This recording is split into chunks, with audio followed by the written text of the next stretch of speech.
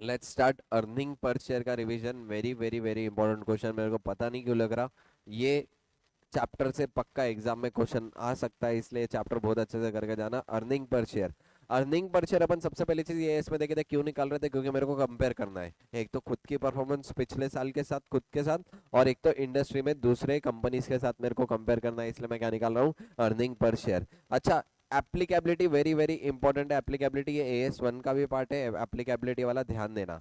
ये वाला जो AS है AS20 नॉन एसएमसीज के लिए पूरा का पूरा एस मैंडेटरी है क्या? यस, यानी उनको बेसिक ईपीएस भी बताना है और डाइल्यूटेड ईपीएस भी बताना है। लेकिन जो एसएमसीज है उनको ये इसमें पार्शियल एग्जाम्पशन दिया है। पार्शियल एग्जाम्पशन मतलब क्या, जो एसएमसीज कंपनी है उनके लिए सिर्फ क्या रहेंगे, बेसिक ईपीएस एप्लीकेबल रहेगा, डाइल्यूटेड ईपीएस मैंडेटरी नहीं है, ऑप्शनल है, बताना है तो बता सकते हैं। अच्छा, बेसिक अर्निंग पर शेयर का फॉर्मूला क्या था, अपन ने शॉर्टकट से करे थे, एनपैट बाय क्या था, वेनॉस, थानोस का भाई वेनॉस कैसा था क्या? यस, क्या है, एनपैट बाय वेनॉस। एनपैट मतलब क्या, net profit attributable to the equity shareholder, divide by वेनॉस का मतलब क्या था, weighted average number of equity share outstanding during the period. बोलो बराबर है क्या? यस। अच्छा, इसकी जगह लॉस भी रहा तो लॉस भी कंसीडर करूंगा क्या? यस, लॉस के केस में खाली ईपीएस क्या बताऊंगा, माइनस में नेगेटिव में बताऊंगा, लेकिन लॉस भी रहा तो भी मैं ईपीएस कैलकुलेट करूंगा। अब फॉर्मूले के हिसाब से मेरे को बेसिक अर्निंग पर शेयर के लिए दो चीजें क्या चाहिए, एक तो एनपैट, दूसरा वेनॉस। एनपैट कैसे ले लूंगा, डायरेक्टली पीएनएल में जो भी प्रॉफिट दिया वो ले लो,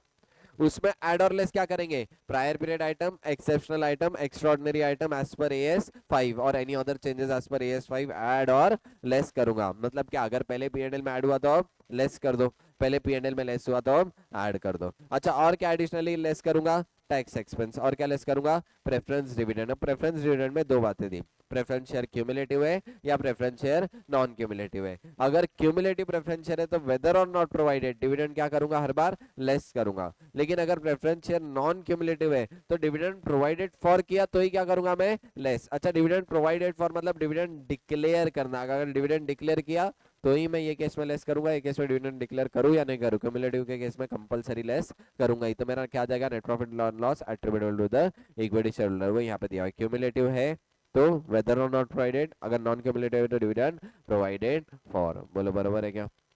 क्वेश्चन में कुछ भी नहीं बोला, प्रेफरेंस शेयर कौन से वाले कंसीडर करना, क्यूमुलेटिव कंसीडर करना, and dividend is provided for. बोले ये अजम्पशन अपन ने कंसीडर किया था क्या? यस। अगर मोर than one class of equity share holder है तो मैं कैसे अर्निंग डिस्ट्रीब्यूट करूंगा, उनके डिविडेंड राइट्स के बेसिस पे। कौन से बेसिस पे, डिविडेंड राइट। अब मेरे को क्या चाहिए था, एनपैट बाय वेनॉस, एनपैट मैंने निकाल लिया क्या? यस। वेनॉस कैसे निकालूंगा, मैं क्या करूंगा, तुम्हारे नंबर ऑफ शेयर जो इश्यू हुए ड्यूरिंग द ईयर या number of share buy back हुए, वो सबको मेरे को किससे एडजस्ट करना पड़ेगा, टाइम फैक्टर से। किससे एडजस्ट करूंगा, टाइम फैक्टर। इसके लिए मैंने बोला एक टाइमलाइन ड्रॉ कर लेना। टाइमलाइन में इनिशियली सपोज 1 लाख शेयर थे, 3 मंथ्स बाद 50,000 शेयर और इशू करा, और 6 मंथ्स बाद सपोज 10,000 शेयर बायबैक करा।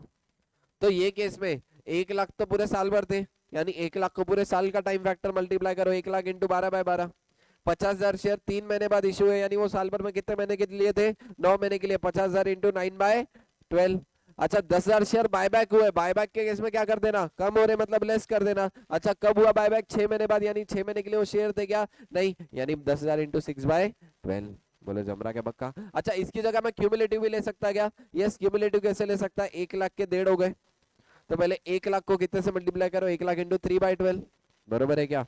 उसके बाद 1.5 लाख वापिस से 3 महीने थे, 1.5 लाख इंटू 3/12, फिर यहाँ पे कितने हो गए, 1,40,000 हो गए क्या, 1,40,000 इंटू 6/12। तो क्या क्यूमुलेटिव बेसिस पे भी निकाल सकता क्या वेनॉस? यस। या फिर इंडिविजुअली शेयर्स भी लेके वेनॉस निकाल सकता क्या? यस। अच्छा, सिंपल टाइम फैक्टर कैसे मल्टीप्लाई करूंगा, number of days shares are outstanding divide by total number of days in the period. इसकी जगह पे डेज की जगह मंथ भी ले सकता, total number of months shares are outstanding divide by total number of months. Question में date दिया हुआ, अलग अलग डेट का डेटा दिया हुआ तो डेट में लेना, डेज में। अगर मंथ वाइज डेटा दिया हो तो मंथ वाइज भी ले सकते। बोलो जम रहा क्या पक्का?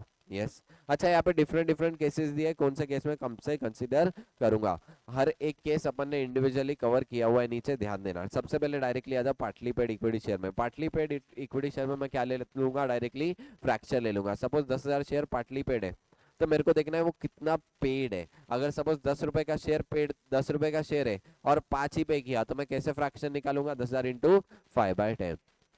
अच्छा, क्या पार्टली पेड शेयर कम कर रहा, मैं यहाँ पे नंबर ऑफ शेयर कम हो जाएंगे, क्या उसके बाद वापस से वेनॉस के लिए टाइम वेट से मल्टीप्लाई करूंगा क्या?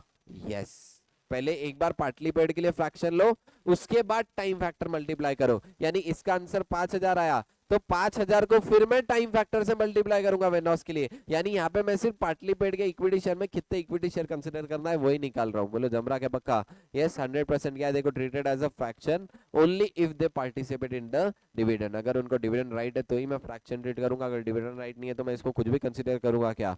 नहीं। बोलो जम रहा क्या पक्का? बोलो रे। यस ठीक है। उसके बाद बोनस इशू। बोनस इशू में कोई पैसे आते क्या? पैसे आते क्या मेरे को शेयर होल्डर से? नहीं। Bonus issue are bonus shares are issued for no additional consideration, free of cost issue कर रहा। तो ये केस में मैंने तुमको क्या बोला था, कब से कंसीडर कर देना? From earliest reported date, start of the period से, बिगिनिंग ऑफ द पीरियड से कंसीडर करना। मैंने शेयर क्या किए? इशू किए। देखो क्या हुआ है, event at occur eight the beginning of the earliest period reported.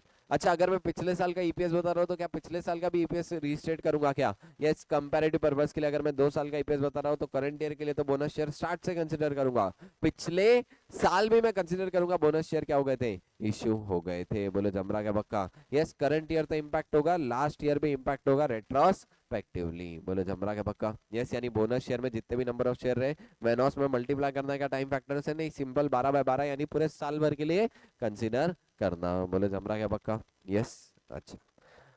Right issue में, राइट इशू मतलब क्या? मेरे एग्जिस्टिंग शेयर होल्डर को मैं शेयर इशू कर रहा हूँ at less than its fair value. अब मैंने तुमको बोला राइट इशू में 2 एलिमेंट रहेंगे, एक तो बोनस एलिमेंट मतलब जो शेयर होल्डर को फ्री ऑफ कॉस्ट शेयर दे रहे हैं, और दूसरा क्या है? Shares issued at paid value. Fair value मतलब जो मैंने पेड करके शेयर इशू किया। अब इसमें बोनस एलिमेंट अपने कब से कंसिडर करना पड़ेगा? स्टार्ट से। और पेड वाला एलिमेंट कब से कंसिडर करेंगे? जब शेयर इशू हुआ। बोलो बराबर है क्या? यस देखो क्या बोला हुआ है, right issue usually include bonus element and considered as the bonus share. अब ये बोनस एलिमेंट के लिए क्या 3 स्टेप है? सबसे पहले क्या निकालना? Theoretical ex right price. Theoretical ex right price कैसे निकालेंगे? Fair value of share before right. Before right के कितने शेयर थे उसके बिफोर राइट की फेयर वैल्यू निकालो।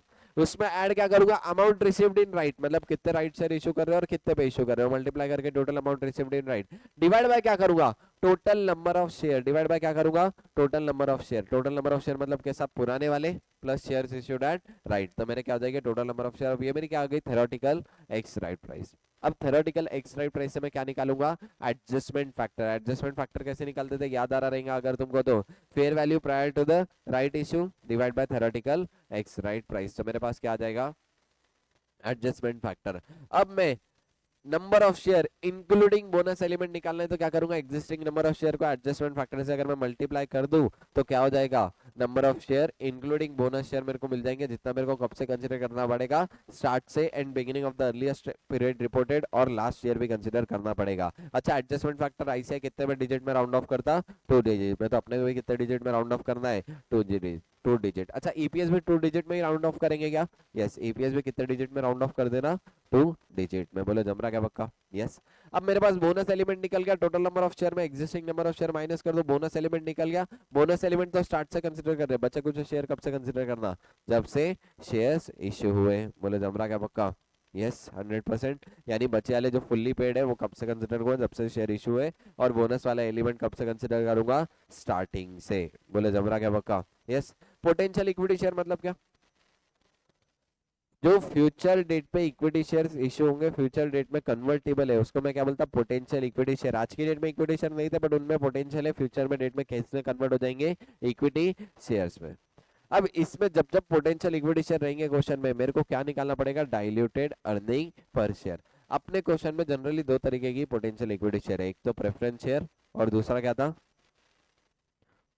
बोलो। प्रेफरेंस शेयर और डिबेंचर या डेब्ट कन्वर्टेबल वाला था जिसपे पहले इंटरेस्ट लग रहा था। ये क्या हो गए मेरे? Diluted potential equity share. तो जब जब पोटेंशियल इक्विटी शेयर है मेरे को क्या निकालना है? डीईपीएस। डीईपीएस मतलब क्या? Diluted earning per share. अच्छा बेसिक ईपीएस का क्या फॉर्मूला था? एनपैड बाय वेनॉस। डीईपीएस का भी फॉर्मूला क्या है? एनपैड बाय वेनॉस। खाली मेरे को यहाँ पे क्या कंसीडर करेंगे?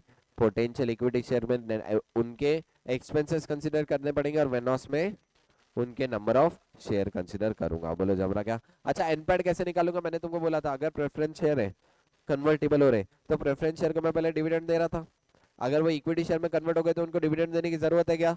नहीं। तो उनका डिविडेंड किस में ऐड कर दो? अर्निंग्स में ऐड कर दो। जो डेप थे या डिबेंचर होल्डर थे उनका पहले इंटरेस्ट दे रहा था, अगर वो इक्विटी शेयर में कन्वर्ट हो गए तो इंटरेस्ट देने की जरूरत है क्या? नहीं। तो इंटरेस्ट भी क्या कर दो अर्निंग्स में ऐड।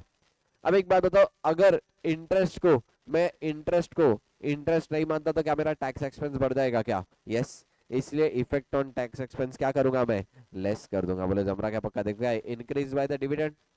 ठीक है, उसके बाद क्या? Increase by the interest adjustment for the tax expense, और लास्ट क्या? आफ्टर टैक्स एक्सपेंस भी एडजस्टमेंट करूंगा क्या? बोलो रे यस। ये मेरे लिए क्या निकल गया? Impact for डीईपीएस। वेनॉस फॉर डीईपीएस तो सिंपल है, जितने भी number of share potential equity share है उसको कब से कंसीडर करना? Beginning of the earliest period reported, मतलब स्टार्ट से कंसीडर करना। डीईपीएस था, सारे शेयर पहले ही कन्वर्ट हो गए थे ऐसा अज्यूम करना। Assuming conversion of all diluted potential equity share deemed to be have converted at the beginning of the period. बोलो जमरा क्या पक्का? अच्छा, अगर कोई शेयर की पेंडिंग फॉर अलॉटमेंट है तो उसको भी क्या कंसीडर करूंगा? डीपीएस कंसीडर करूंगा, मतलब डाइल्यूटेड अर्निंग पर शेयर में ही कंसीडर करूंगा। बोलो जमरा क्या पक्का? यस।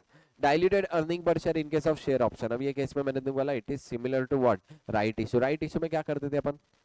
दो चीजें थी, एक तो बोनस एलिमेंट, दूसरा राइट पेड वाला।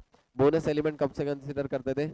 Bonus shares earliest period reported, और बच्चे कुछ जब से शेयर इश्यू हो। लेकिन राइट शेयर में कब कंसीडर करता था? सिर्फ बेसिक के केस में। बेसिक के केस में क्यों?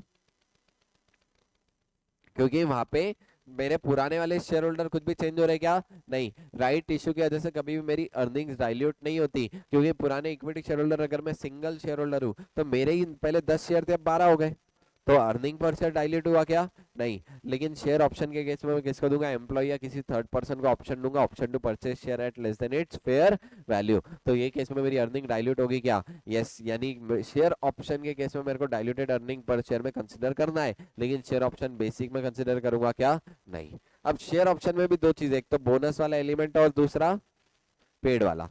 जो फुल्ली पेड वाला एलिमेंट है, मैंने तुमको क्या बोला? वो data share issued at fair value, तो उसको मेरे को डाइल्यूटेड कंसीडर करना है क्या? नहीं, उसमें पूरी की पूरी फेयर वैल्यू आएगी। तो जो फेयर वैल्यू एलिमेंट है वो कब से कंसीडर करूंगा? जब से शेयर इश्यू है। लेकिन बोनस एलिमेंट कब से कंसीडर करूंगा?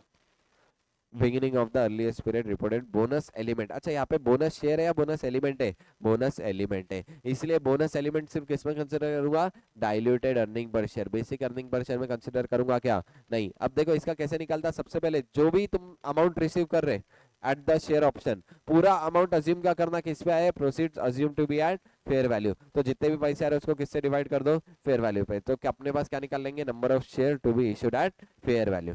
अब क्या करना? टोटल शेयर कितने इशू कर रहे हो वो देखो, तो उसमें से share issued at fair value less कर दो, तो तुम्हारे पास क्या निकल जाएगा? Bonus element. और बोनस एलिमेंट को कब से कंसीडर करेंगे? Beginning of the reporting period. बोलो जमरा क्या पक्का? यस। दो तरीके के शेयर रहेंगे, डाइल्यूटिव और एंटी डाइल्यूटिव। एंटी डाइल्यूटिव मतलब क्या? जिससे मेरा अर्निंग पर शेयर बढ़ जा रहा, अर्निंग पर शेयर बढ़ रहा, या फिर प्रॉफिट है तो अर्निंग पर शेयर प्रॉफिट में बढ़ रहा, लॉस है तो लॉस कम हो रहा, तो वो क्या हो गए मेरे? Anti dilutive. एएस के हिसाब से, AS20 के हिसाब से anti dilutive potential equity share कभी भी कंसीडर करूंगा क्या? नहीं। सिर्फ कौन से वाले कंसीडर करूंगा? Dilutive potential equity share. अब मेरे पास more than one potential equity share है, तो कैसे डिटरमाइन करूं डाइल्यूटिव है एंटी डाइल्यूटिव है? मैंने तुमको बोला हर एक शेयर को सेपरेटली कैलकुलेट करके देखो। जो भी है एंटी डाइल्यूटिव है तो क्या कर देना? इग्नोर। डाइल्यूटिव है तो कहाँ पे कंसीडर करेंगे?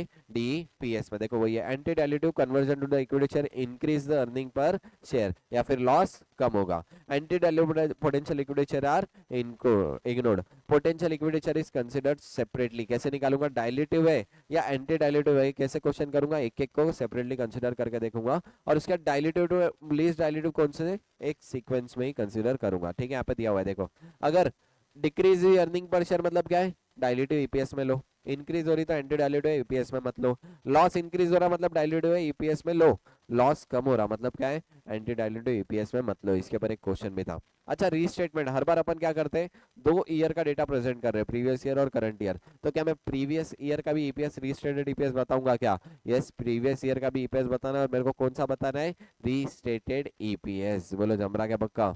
यस। अच्छा, अगर बैलेंस शीट डेट के बाद में but before approval of financial statement कुछ चेंजेस हो गए नंबर ऑफ शेयर में, तो क्या मेरे को नंबर ऑफ शेयर में चेंजेस हो गए वो भी रिफ्लेक्ट करने पड़ेंगे क्या ईपीएस में? Yes, only before. कब? जब तक फाइनेंशियल स्टेटमेंट अप्रूव नहीं हुई है। ठीक है, उसके बाद प्रेजेंटेशन क्या बोला हुआ है देखो, अर्निंग पर शेयर कहाँ पे प्रेजेंट करेंगे अपन, statement of profit and loss account. अच्छा AS20 के हिसाब से अर्निंग पर शेयर क्या करेंगे, नेगेटिव वाला तो भी डिस्क्लोज करूंगा क्या, यस। अच्छा डिस्क्लोजर में मैंने तुमको क्या बोला, न्यूमरेटर कर दो, डिनोमिनेटर कर दो और फेयर वैल्यू डिस्क्लोज कर दो। न्यूमरेटर क्या था, एनपैट, मतलब एनपैट के बारे में डिस्क्लोज करो, basic earning per share, numerator कैसे कैलकुलेट किया। डिनोमिनेटर में क्या था, वेनॉस, तो वेनॉस के बारे में डिस्क्लोजर दे दो और लास्ट क्या दे दो, नॉमिनल वैल्यू ऑफ शेयर। अच्छा ये चीज इंपॉर्टेंट है, basic and diluted earning per share should be disclose with the equal prominence. क्या इक्वल प्रोमिनेंस से डिस्क्लोज करूंगा क्या, बोलो रे। चलो आ जाओ फटाफट क्वेश्चन 9 पे। वेनॉस निकालना है देखो, 1800 शेयर थे पूरे जनवरी में स्टार्ट हुआ, मतलब ये कौन सा है, फाइनेंशियल ईयर या calendar year, calendar year start कर रहे होंगे। अब 1800 शेयर 12/12 पूरे साल भर थे, टाइमलाइन बना के देखना। 1800 बीच में क्या थे, 600 इशू है और यहाँ पे 300 लेस हुए।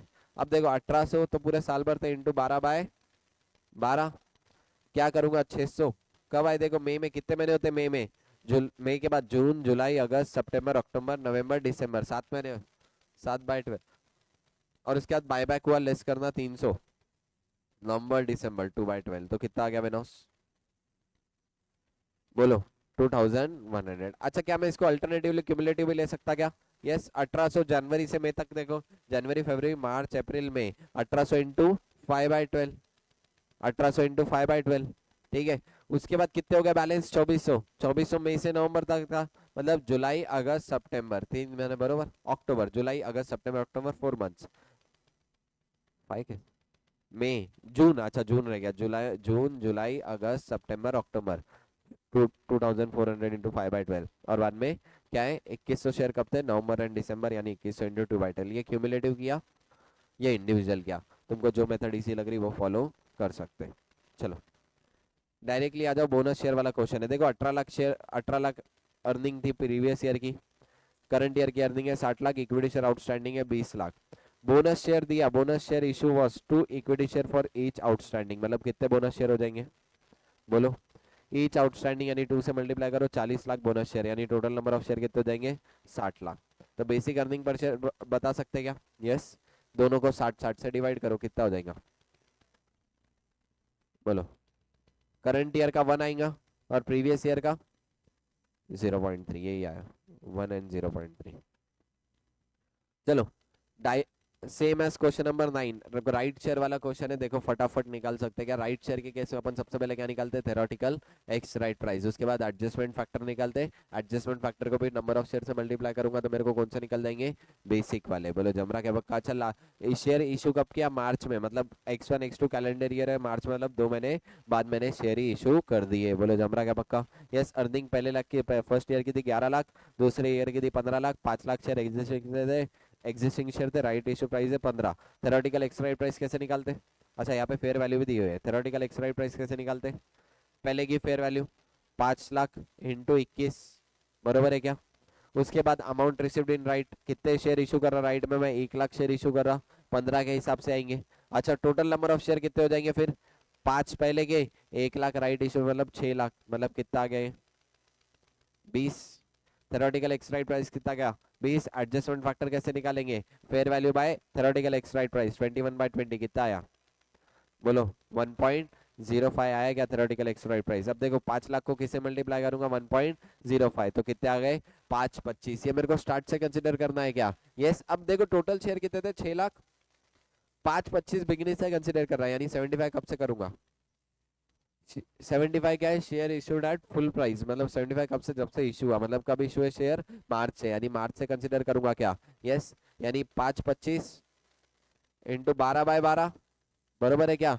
अच्छा 75,000 कब से कंसिडर करूंगा, मार्च से, यानी इंटू 10/12, तो वेनॉस कितना आया,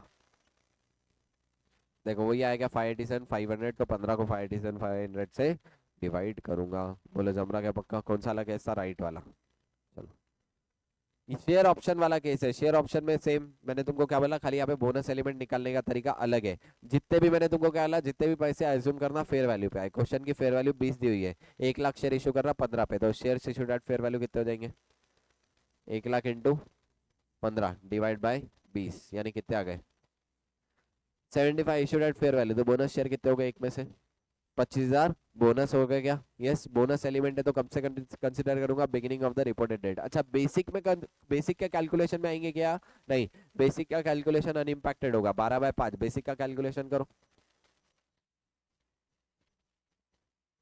2.4, इतना ही है।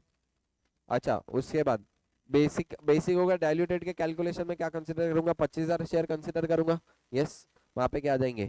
बोलो, 12/5, 25 कितना आ गया? 2.29। चलो, नेट लिमिटेड वाला क्वेश्चन है, वेरी वेरी इंपॉर्टेंट। देखो क्या दिया हुआ है यहाँ पे, इक्विटी शेयर कितने दिए हुए हैं? 10 लाख। प्रेफरेंस शेयर 8% डिविडेंड था। कितना डिविडेंड होता है एक बार लगाओ? 1 करोड़ का 8%, 8 लाख। कंपनी का नेट प्रॉफिट दिया हुआ है 90 लाख, आफ्टर टैक्स है। इसमें से डिविडेंड लेस करूंगा क्या? यस, 90 लाख में से अगर डिविडेंड लेस कर दूं तो बचेगा कितना? 82 लाख। नेट ने बोनस इशू दिया था कितना? 1 equity share for every 2 equity share, मतलब bonus number of equity share कितने हो जाएंगे? बोलो, 10 लाख थे। 10 lakh, 1 equity share for every 2 divided by, मतलब 10 लाख डिवाइड बाय क्या करूंगा? 2। तो बोनस शेयर कितने हो गए? बोलो रे, 5 लाख बोनस शेयर हो गए। अच्छा, ये कब बोला हुआ है? आउटस्टैंडिंग एज ऑन 31 दिसंबर। अच्छा, यहाँ पे इन्होंने फ्रेश इशू भी कर रहे 1 जनवरी को। ये फ्रेश इशू को कंसिडर करना है क्या बोनस के लिए? नहीं, क्योंकि यहाँ पे बोनस की रिकॉर्ड डेट क्या थी? 31 दिसंबर। अच्छा, उसके बाद नेट ने और 2 लाख शेयर इशू किया एट फुल मार्केट प्राइस। कोई दिक्कत है क्या? नहीं, फुल मार्केट प्राइस पे इशू कर सकते हैं क्या? यस। चलो, यहाँ पे देखो, अर्निंग पर शेयर के लिए क्या चाहिए? एनपैड बाय वेनॉस। एनपैड आ गया 82, वेनॉस कितना आ जाएगा? बोनस वाले कब से कंसिडर करना है? 5 lakh beginning of the reporting period, यानी 5 × 12/12। प्लस क्या लूंगा? पहले के 10 लाख थे, इंटू 12/12। प्लस ये वाले शेयर कब इशू किए? बोलो, 2 लाख शेयर कब इशू किए? जनवरी, मतलब जनवरी फरवरी मार्च। 2 लाख इंटू 3/12 कितना आ गया? कितना आया? 1550 आया क्या? यस, इनका भी कितना है? 1550, 82/1550, 8.29, 5.29। क्या अपना भी यही आया क्या? बोलो रे, यस। अच्छा, यहाँ पे एक और चीज है, प्रीवियस ईयर का ईपीएस 62.30 है। क्या ये भी रीस्टेट करना पड़ेगा क्या? यस, ये भी रीस्टेट करना पड़ेगा। ये भी रीस्टेट करके क्रॉस कैलकुलेशन से अर्निंग कैलकुलेट किया, और उसके बाद वापस से मैंने ये वाला रीस्टेट करके ईपीएस निकाल लिया। यहाँ पे 15 किया, 1550 क्यों नहीं? ये 50 तो बाद में इशू है, यानी मेरे को यहाँ पे सिर्फ बोनस वाले कंसिडर करने पड़ेंगे।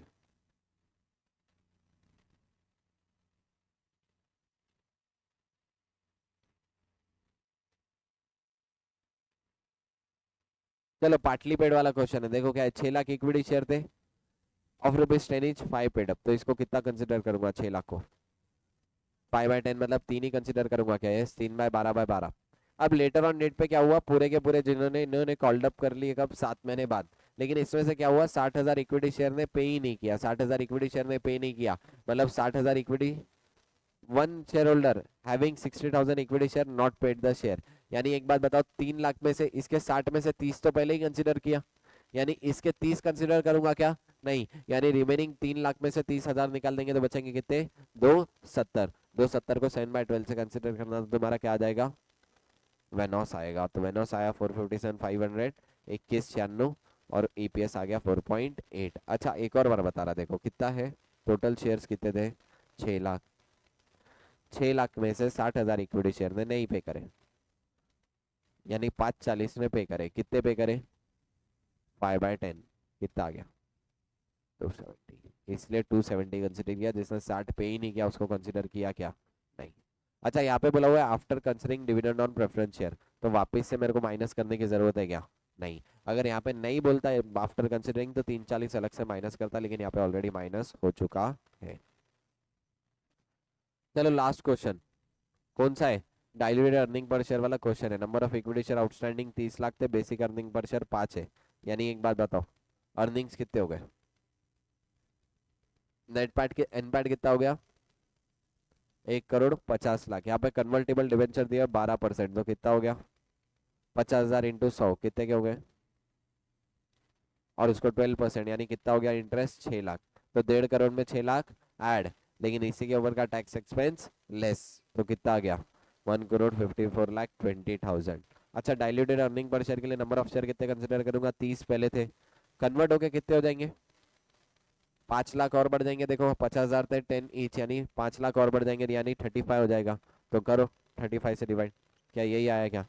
डाइल्यूटेड अर्निंग पर शेयर कितना आया, 4.40। बोलो आया क्या इतना ही अपना? यस, सारे question most of the question के साथ AS20 अपना रिवाइज हो चुका है। ठीक है, चलो लेट्स एंड।